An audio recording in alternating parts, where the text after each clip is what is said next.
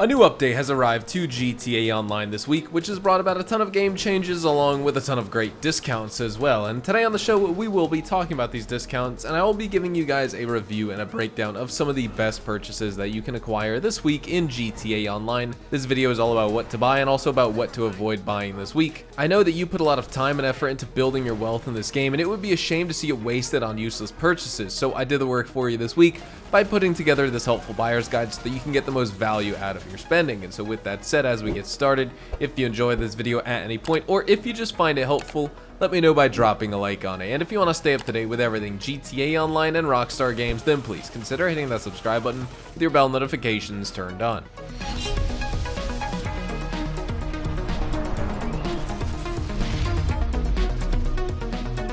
Starting off with number 1 for our vehicle discounts, we have 30% off the Uber-mocked SC1.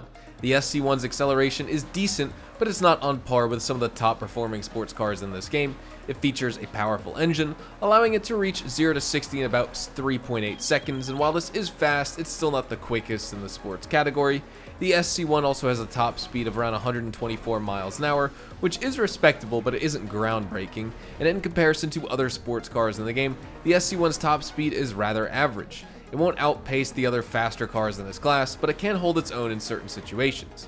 The braking performance of the SC1 is fairly good, however, and the car can decelerate effectively, which allows for controlled driving at high speeds. However, it's important to note that the SC1's braking performance is still outclassed by some of the top tier cars in the game. Handling is one of the SC1's strongest aspects here.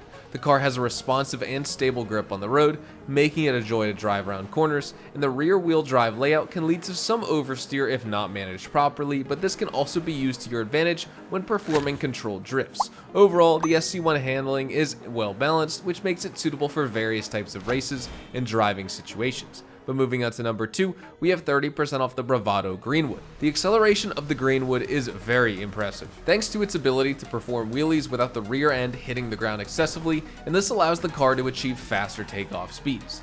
The Greenwood has good overall top speeds and is able to hold its own in various driving situations. However, it's far from the fastest car in the muscle class. The Greenwood features smooth handling, making it easy to control during various driving situations, and its durability against collisions is also a valuable feature for players who engage in high-speed chases and races where crashes are common.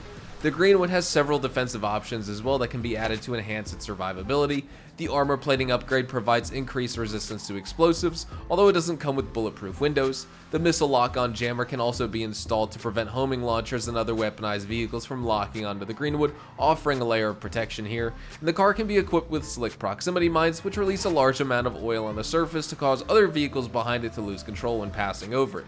And this non-lethal weapon can also be useful for evading pursuers or just creating chaos during races. Additionally, the Greenwood can also be modified with a remote control unit, allowing players to drive the vehicle remotely if they so choose. Moving on to number 3, we have 30% off the Western Company Rogue. The Rogue is a fast aircraft with a top speed of approximately 210 miles an hour, making it one of the quicker propeller-driven planes in this game. It's not as fast as some of the jet-powered aircraft, but its speed is sufficient for most missions and engagements, and the Rogue's agility and handling are among the strongest attributes of this aircraft. It's highly maneuverable, allowing pilots to perform tight turns and aerobatic maneuvers with ease. Its responsive controls and stability make it an excellent choice for dogfighting or navigating through tight spaces, and the Rogue has a relatively short takeoff and landing distance, making it suitable for operating from smaller airstrips or improvised landing zones, and this capability can be particularly useful during missions that require landing in challenging or confined areas of the map. This vehicle also comes equipped with a variety of weapons, including machine guns, homing missiles, and bombs.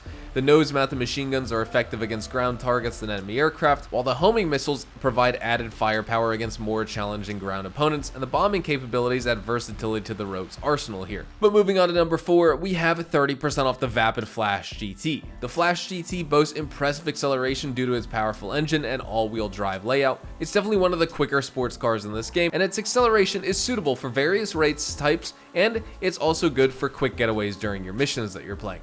The Flash GT has a top speed of 121 miles an hour, which is decent for a car in this game, especially considering it's a rally-inspired design vehicle, and while it may not be the fastest car in terms of top speed, its acceleration definitely helps to compensate for this. The braking performance of the Flash GT is also good, allowing it to decelerate quickly and efficiently. This braking ability is important for a rally car in this game, as it enables drivers to tackle sharp turns and sudden changes in direction with more precision and control. The handling of the Flash GT is also the standout feature here. As a rally-inspired car, it has excellent grip on various surfaces, including dirt, grass, and even asphalt, and its all-wheel drive system and balanced weight distribution contribute to its exceptional handling, making it a great choice for off-road and street races alike. However, it's important to note that the Flash GT can be prone to oversteer, particularly on slippery surfaces or during high-speed cornering. Moving on to number 5, we have the Pegassi Zentorno, which is this week's podium vehicle. The Zentorno's acceleration is one of the strongest attributes thanks to its powerful engine and all-wheel drive layout. It's definitely one of the fastest accelerating supercars in this game, and the impressive acceleration is beneficial for various race types and quick getaways, like a lot of these other vehicles we've discussed today. It has a top speed of 123 miles an hour, and while it may not be the fastest car in this game, it has a high top speed combined with the acceleration here, which makes this a very formidable contender in races and the high-speed pursuits you'll be driving it during. The braking performance of the Zentorno is really good, allowing it to decelerate quickly and effectively, and this effective braking is crucial for maintaining control during your sharp turns, and the Zentorno is easily able to handle well during races and missions. Now moving on to the Ocelot Jugular, we have this week's prize ride. The Ocelot Jugular demonstrates moderate performance here, but it compensates for it with exceptional traction and all-wheel drive configurations here, enabling faster acceleration and efficient maneuvering on uneven terrain and a moderately steep slope if you're driving on it. Although its handling is average, the car does tend to exhibit understeer even at those moderate speeds, necessitating proper utilization of the brakes to navigate corners effectively.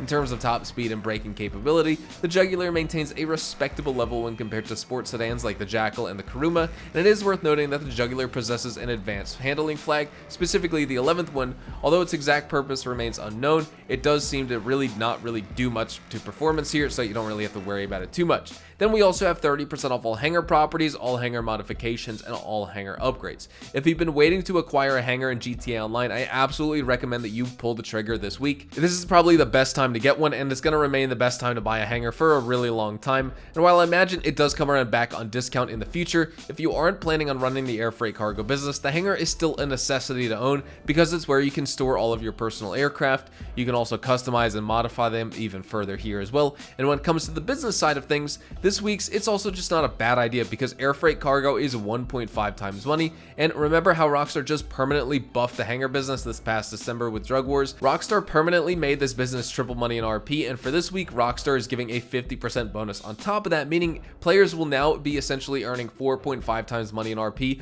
with the air freight cargo business this week in the game. So normally you're going to be selling this cargo for $2.55 million with the tripled rewards, but with the 50% extra money this week you'll be earning $3.825 million, and that's with no high demand bonus. If you have a max high demand bonus, you'll be getting $4.781 million for a sell mission each, so that's pretty awesome. Now when it comes to what I recommend you avoid buying, I recommend you avoid buying the Bravado Greenwood and the Vapid Flash GT, and honestly even the Ubermacht SC1. But when it comes to what I recommend you actually buy this week, I recommend you buy a hangar, the Western Company Rogue, definitely try and win the Pegassi Zentorno, and of course try and win the Ocelot Jugular. With all that said, we've reviewed every major discounted purchase in GTA Online for this week. I'd love to know what you think about all the vehicles and properties on offer for us this week. Hopefully you enjoyed the video here today. If you did, hopefully I earned your like on it. And of course, if you are new to my channel and you want to stay up to date with all the best GTA Online and Rockstar Games content, then consider hitting that subscribe button so you don't miss out on a single thing we post here on the channel. With all that said, thank you all so much for watching. I hope you guys all have a fantastic rest of your day, and I'll see you guys in the next GTA Online video. Adios, amigos.